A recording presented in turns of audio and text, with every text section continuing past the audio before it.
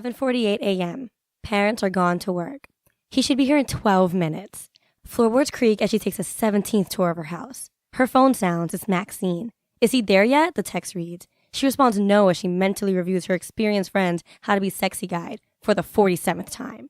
At 16 years old, she can't compare at all to her best friend Maxine, who even at the age of 14 had more experience than a 20-year-old.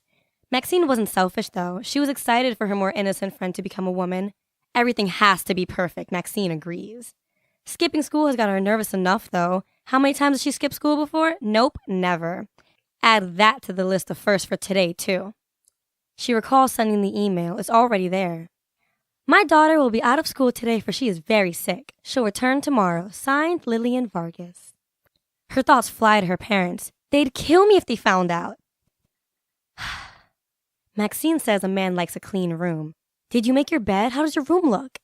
Her hands move independently to her pelvis, a new softness, and her feet follow unsaid orders. Floorboards creak as she makes her way up the stairs. She counts 12. She's at the top. It's 7:51 a.m. He should be here in 9 minutes. The comforter covers the bed and hangs off the sides evenly. 7 pillows are arranged artfully. Shoes are kicked in the closet, socks shoved out of sight. Okay, a clean room. Ready. But wait, music! What type of music should be playing? What does he like? It's like he's a stranger, not her first boyfriend of now 2 months. The TV will do fine. That's enough noise, right? She sits on her bed and reaches for the control. Maxine had instructed that she play something sexy, maybe soft porn. She didn't even really know what that was, but no, awkward, right? She searched through the channels. Something interesting enough to have on, but not so captivating to take his attention. She settles on his favorite channel, the Food Network. It's 7:55. He should be here in 5 minutes. She looks down at her attire, an effortless yet sexy look her and Maxine created together. Matching purple bra and a thong, his favorite color. She pulls at the everlasting wedgie. The thong was Maxine's touch. Why do people wear these things? Her shortest shorts clutch her hips and a tank top shows off her A-cut breasts. She pulls on a sweater. It's December, for Christ's sake, Maxine. I'll just take it off when he gets here. Floorboards creak as she begins her 18th round, her stomach tightening with every step. Breathe. But she can't. Today's an important day. She's been planning it like this for weeks. It's December 12th, 2012. 12/12/12, junior year. Maxine says losing her virginity on a day like this is memorable. Nothing can go wrong. Something special will happen. Wait, first period hasn't started yet. She can still back out. Text Emma, never mind, my parents came back. I'll see you at lunch, and pretend to be unhappy about their first time getting interrupted. There's still time. No. It's 7:57 and her phone lights up, but this time it's the guest of honor. I'm walking down the block, she reads. She stops. Can she really hear his impending footsteps coming down Elizabeth Avenue? He'll be here in 30 seconds? Her hands fly to an unfamiliar smooth surface, scratching, then to her phone. He's coming down the block, she texts Maxine, having to redo every word because her fingers are prone to typos at times like this. Oh, shit! Floorboards creak as she makes her way down the stairs, slower this time. She's on step 3 when there's suddenly a figure outside her door. Step 4, step 5... The doorbell rings and sends her heart into double time. Step 6, step 7. She can see he's bent over, tying his shoes maybe? At a time like this? He stands up again and puts his hand to his mouth, biting his nails. A nervous habit she detected when she showed up at his chorus concert a month prior. He stood up with his choir on the far left side, trying to hide. Lyrics bumbled through the fingers in his mouth. She smiles. Step 8, step 9. The floorboards are creaking! 10, 11, 12. Fuck! She pauses to look in the mirror. Breathe. She opens the door. He's wet. It's raining? He walks in sheepishly smiling. She welcomes him with a kiss, trying to act normal. It feels different though, so she pulls back. He nervously asks if he should take his shoes off. Surely he can't be feeling the way she does. Why is he acting nervous? She's not the first person he's had sex with, not even the second. She would be the 3rd notch on a belt she was just starting to fasten. They stand together awkwardly for a second or two, too long. He's waiting for her to make the gesture to lead him to where they're going in the house. He's like a guest waiting for his tour guide to lead him. Why is this so weird? This is supposed to be perfect. Floorboards creak as they approach step 11. He makes a joke about being glad about having an excuse to not do his math homework. Ha ha ha! They both laugh too loudly. He walks in first and sits.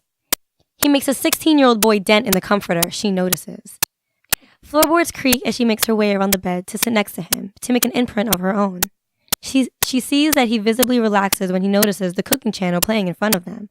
But anxiety still seeps through her pores, and she fears he can sense her fear. Fears she's ruining everything. Stop ruining this, she tells herself. He puts a hand over hers, playing with her fingers, and makes a joke about her timeline of photos on the wall. She laughs and jumps up, trying to hide picture day from the 3rd grade.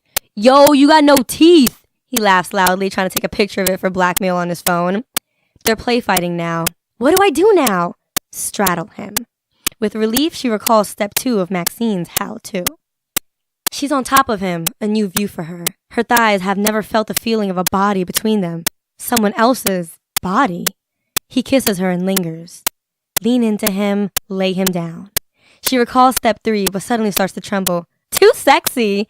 She stops and awkwardly laughs, looking anywhere but in his eyes. Tell me a funny story, she says, trying to lose her awkwardness and laughter.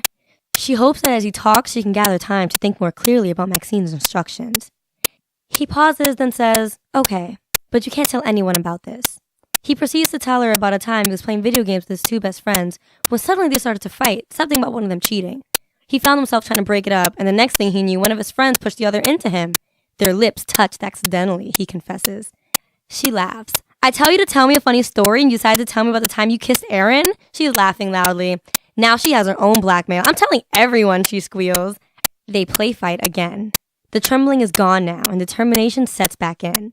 She knew from the day he asked her out that this was the boy she was going to lose her virginity. She could do this. She knew she could. He was a sweet boy.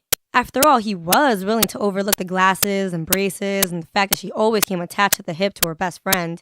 She wasn't popular, but then again, neither was he. He wasn't going to break her heart, and she was determined not to graduate high school a virgin. That was key. Maxine would not have it.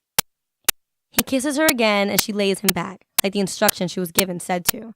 Now she's naked, in front of a boy, another first for the day. Should I get a condom? He whispers in her ear. Her voice too loud breaks the moment. Yeah, get it, she says bluntly and still too loud. Damn it, surely it was a way to make that sound sexier. Maxine didn't mention that part. Floorboards creak as he gets up and he makes his way over to his bag. She stares at the ceiling. Oh God, remember your safe words. Remember your passage, Stacy. See, Maxine says to always have a passage in mind to recite if the mind needs a distraction from what's happening to the body. It's a calming method, she says. Remember the passage, remember the passage, start saying the passage, start saying the... He's smiling at her and tearing open the package. Quickly, he slides it on and is over her again. Are you cold? He suddenly asks. Remember the passage, calm down. She smiles, assuring him everything is all right, and he gets to work. Negative b plus or minus the square root of b squared minus 4ac over 2a. Negative b plus or minus the square root of b squared minus 4ac over 2a. Negative b plus or minus the square root of b squared minus... What? He says. In your head, dumbass. The passage is supposed to be said in your head. Don't look weird. Negative b plus or minus... Oh my God. Ow. What the fuck? Negative b plus or minus... Damn. Ow. Okay, breathe. Breathe.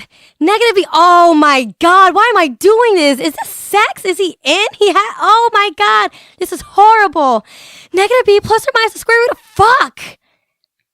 A lifetime passes and he gets up.